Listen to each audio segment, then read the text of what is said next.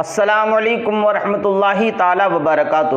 تمام تعریفیں اللہ کے لیے جو تمام عالمین کا رب ہے۔ آئیے حضرات، میں آپ کو بڑا پیارا واقعہ، بڑا ایمان افروز واقعہ آپ کے سماعتوں کے حوالے کر رہا ہوں۔ آپ حضرات مکمل ویڈیو سنیں اور دیکھیں، انشاءاللہ تعالی آپ کے ایمان میں بھی ایک تازگی پیدا ہوگی۔ میرے آقا کا زمانہ ہے، ایک یہودی بہت بڑا دشمن تھا۔ یہودی تو سبھی دشمن تھے، لیکن ایک بہت بڑا دشمن تھا جو ہر وقت میرے آقا کی بغاوت، میرے آقا کی برائیاں، میرے آقا کو برا بھلا کہتا رہتا تھا۔ اس کا ایک بیٹا تھا جو ان باتوں کو سنا کرتا تھا۔ ایک دن اس کے دل میں تڑپ پیدا ہوئی کہ جس کو میرے ماں باپ، میرے گھر والے، میرے رشتہ دار، میرے عزیز، میرے اقربا، میرے پڑوسی جس کو سب برا کہتے رہتے ہیں، چلو ان کو دیکھ تو لیں ایک مرتبہ۔ اللہ اکبر، غور کریں، ادھر اس کے دل میں یہ امنگ پیدا ہوئی، ادھر رب قدیر نے اس کی قسمت کا ستارہ ہی جگا دیا۔ سبحان اللہ۔ یہ یہودی کا بیٹا راستے میں کھڑا ہو گیا، جس راستے سے میرے آقا گزرا کرتے تھے، جن راستوں سے نبیوں کے سردار، نائب پروردگار، احمد مجتبی، محمد عربی مصطفیٰ صلی اللہ تعالی علیہ وسلم گزرا کرتے تھے، اسی راستے میں کھڑا ہو گیا۔ انتظار کرنے لگا کہ آمنہ کا لال آتا ہوگا، عبداللہ کا لخت جگر آتا ہوگا۔ سبحان اللہ، جیسے ہی انتظار کرنے لگا، کیا دیکھتا ہے کہ میرے آقا تشریف لے آئے۔ سبحان اللہ، میرے آقا تشریف لے آئے، وہ آقا جس کے بارے میں اعلیٰ حضرت فرماتے ہیں کہ چاند میں تو داغ ہے پر ان کا چہرہ صاف ہے، چاند میں تو داغ ہے پر ان کا چہرہ صاف ہے۔ وہ شمس الضحیٰ، وہ بدر الدجا تشریف لے آئے، جیسے ہی آقا کو دیکھا، جیسے ہی مدینے والے تاجدار کو دیکھا، دل دے بیٹھا۔ اللہ اکبر، دل دے بیٹھا، دل ہار گیا۔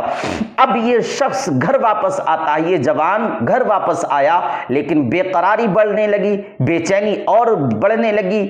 اللہ اکبر، یہ روزانہ اس کا ایک نیم بن گیا کہ میں روزانہ نبی کریم صلی اللہ علیہ وسلم کا دیدار ضرور کروں گا، کیونکہ ان کو بغیر دیکھے مجھے چین نہیں آتا، میں تڑپتا رہتا ہوں۔ تبھی سکون مجھے حاصل ہوتا ہے جب میں مدینے والے تاجدار کو دیکھ لیتا ہوں، جب میں آمنہ کے لال عبداللہ کے لخت جگر کو دیکھ لیتا ہوں۔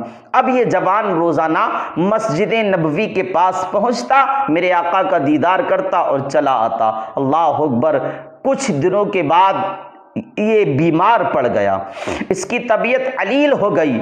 اب یہ اتنا بیمار ہوا کہ اس سے اٹھا بیٹھا نہیں جا رہا تھا، یہ بستر علالت پہ تھا۔ جب اس کا موت کا وقت عن قریب آیا تو اس نے اپنے باپ کو پاس بلایا، کہا اباجان اگر آپ میری آخری خواہش پوری کر دیں تو میں اپنی آخری خواہش آپ کے سامنے ظاہر کرنا چاہتا ہوں۔ تو اس کے باپ نے کہا بیٹا تو ہی تو میرے ایک جینے کا سہارا ہے، تو ہی تو میری زندگی ہے، تو ہی تو میرے دل کا ٹکڑا ہے، اگر تیری آخری خواہش کوئی ہے تو چاہے اپنی جان دے کر وہ آخری خواہش پوری کروں، میں کروں گا ضرور۔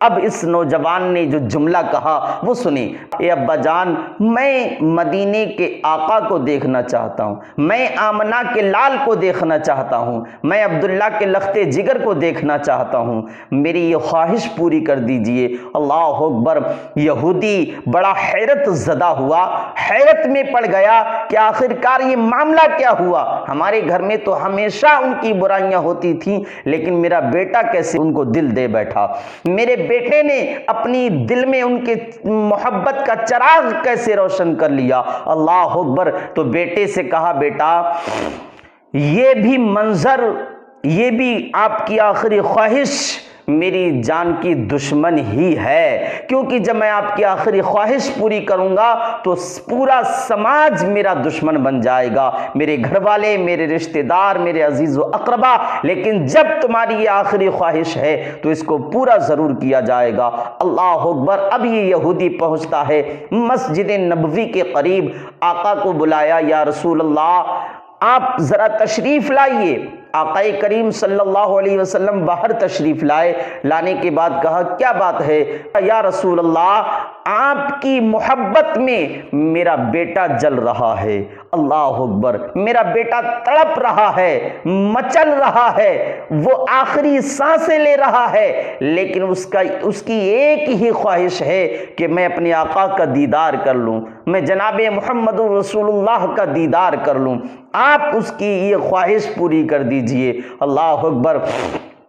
آقا کریم صلی اللہ علیہ وسلم نے سارے صحابہ کو ساتھ لیا، لے جانے کے بعد یہودی کے گھر پہنچتے ہیں، کیا دیکھتے ہیں کہ روح پرواز ہو چکی ہے، لیکن جیسے ہی آقا نے آواز دی اے نوجوان، جاتی ہوئی روح واپس آ گئی۔ اس نے آنکھوں کو کھول لیا، کہا یا رسول اللہ، یا حبیب اللہ، یا نبی اللہ، میں نے جس دن سے آپ کو دیکھا ہے اپنا دل ہار بیٹھا ہوں، یا رسول اللہ جس دن سے آپ کو دیکھا ہے بغیر دیکھے چین نہیں پڑتا ہے، بغیر دیکھے سکون نہیں ملتا ہے، بے قراری بے چینی بڑھتی جاتی ہے اگر آپ کا دیدار نہ کروں، یا رسول اللہ میں اب زندگی سے ہار بیٹھا ہوں، میں موت کے کگار پر ہوں، میں انتقال کرنے والا ہوں، میں دنیا کو الوداع کہنے والا ہوں، لیکن یا رسول اللہ مجھے اپنی شفاعت کا مژدہ سنا دیجئے۔ اللہ اکبر، مجھے اپنی شفاعت کا مژدہ سنا دیجئے، کیونکہ میں آپ کی محبت میں جا رہا ہوں، آپ کی محبت میں انتقال کر رہا ہوں۔ اللہ اکبر، اللہ اکبر۔ میرے پیارے اسلامی بھائیوں، آقا کریم مسکرانے لگے اور کہا اچھا تو میری محبت میں جا رہا ہے تو کلمہ پڑھتے چلا جا۔ آقا کریم صلی اللہ علیہ وسلم نے کلمہ پڑھایا، کلمہ پڑھانے کے بعد اب اس کی روح پرواز کر گئی۔ اب یہودی بولا یا رسول اللہ اب اس پر میرا کوئی حق نہیں ہے، آپ اس کا جنازہ لے جائیں اور اپنے دربار سے اس کا جنازہ اٹھائیں۔ یہی معاملہ ہوا، صحابہ کرام نے اس کے جنازے کو اٹھایا، اٹھانے کے بعد لے گئے، آقا کریم صلی اللہ علیہ وسلم نے غسل دیا، نماز جنازہ پڑھائی، پھر ایک منظر صحابہ کرام نے اپنی آنکھوں سے اور دیکھا۔ کیا دیکھتے ہیں کہ آقا اپنے پنجوں کے بل چل رہے ہیں۔ اللہ اکبر، یعنی پورا قدم مبارک زمین پر نہیں رکھ رہے ہیں، آقا اپنے پنجوں کے بل چل رہے ہیں۔ اللہ اکبر۔ کسی صحابی نے بے ساختہ پوچھ لیا یا رسول اللہ اتنی تعداد میں بھیڑ تو نہیں ہے، اتنے لوگ تو موجود نہیں ہیں کہ آپ پورا قدم زمین پر نہیں رکھ رہے ہیں، آخر وجہ کیا ہے؟ پنجوں کے بل چلنے کا معاملہ کیا ہے؟ تو میرے آقا نے فرمایا اے صحابہ تمہیں معلوم نہیں، تمہاری نگاہیں نہیں دیکھ رہی ہیں، اس نوجوان کے جنازے میں اتنی کثیر تعداد میں آسمان سے فرشتے آئے ہوئے ہیں کہ پورا قدم رکھنے کی جگہ ہی نہیں ہے۔ اللہ اکبر، اللہ اکبر۔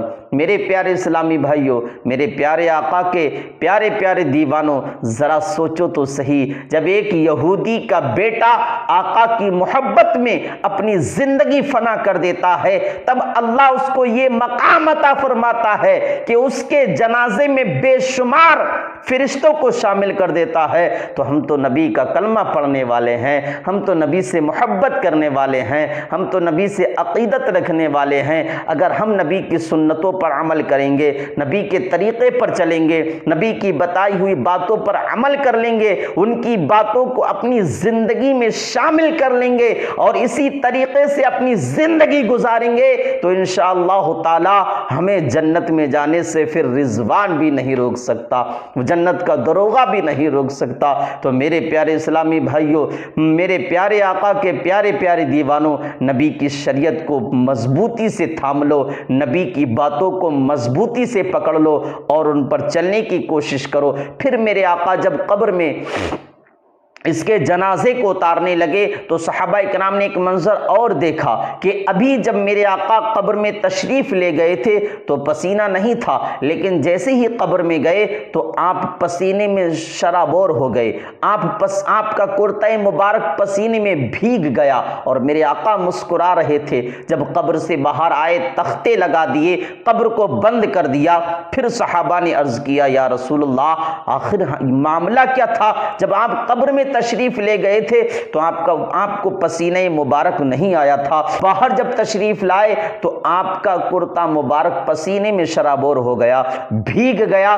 آخر وجہ کیا ہے یہ بھی معاملہ ہمیں سمجھا دیجئے۔ تو میرے آقا نے فرمایا تھا، اے صحابہ سنو، جب یہ نوجوان مجھ پر ایمان لے کر آ رہا تھا، داخل اسلام جب ہو رہا تھا تو ادھر جنت کی حوریں مسکرا رہی تھی، جنت کی حوریں اترا رہی تھیں، اور وہ پہلے سے ہی قبر میں موجود تھی، ان کی نورانیت کی وجہ سے مجھے پسینہ آ گیا تھا۔ اللہ اکبر، اللہ اکبر۔ میرے پیارے اسلامی بھائیوں، جب ایک یہودی کا بیٹا ایمان لے آئے اور میرے آقا کی محبت میں اپنی زندگی فنا کر دے، تب رب قدیر اس کو یہ مقام عطا فرماتا ہے کہ قبر میں ہی جنت کی حوروں کو نازل کر دیتا ہے، اور جنازے میں آسمانی فرشتوں کو جب بھیج دیتا ہے۔ تو ہم تو نبی کے وفادار ہیں، نبی کا کلمہ پڑھنے والے ہیں، نبی سے محبت کرنے والے ہیں، نبی سے عقیدت رکھنے والے ہیں۔ اگر ہم بھی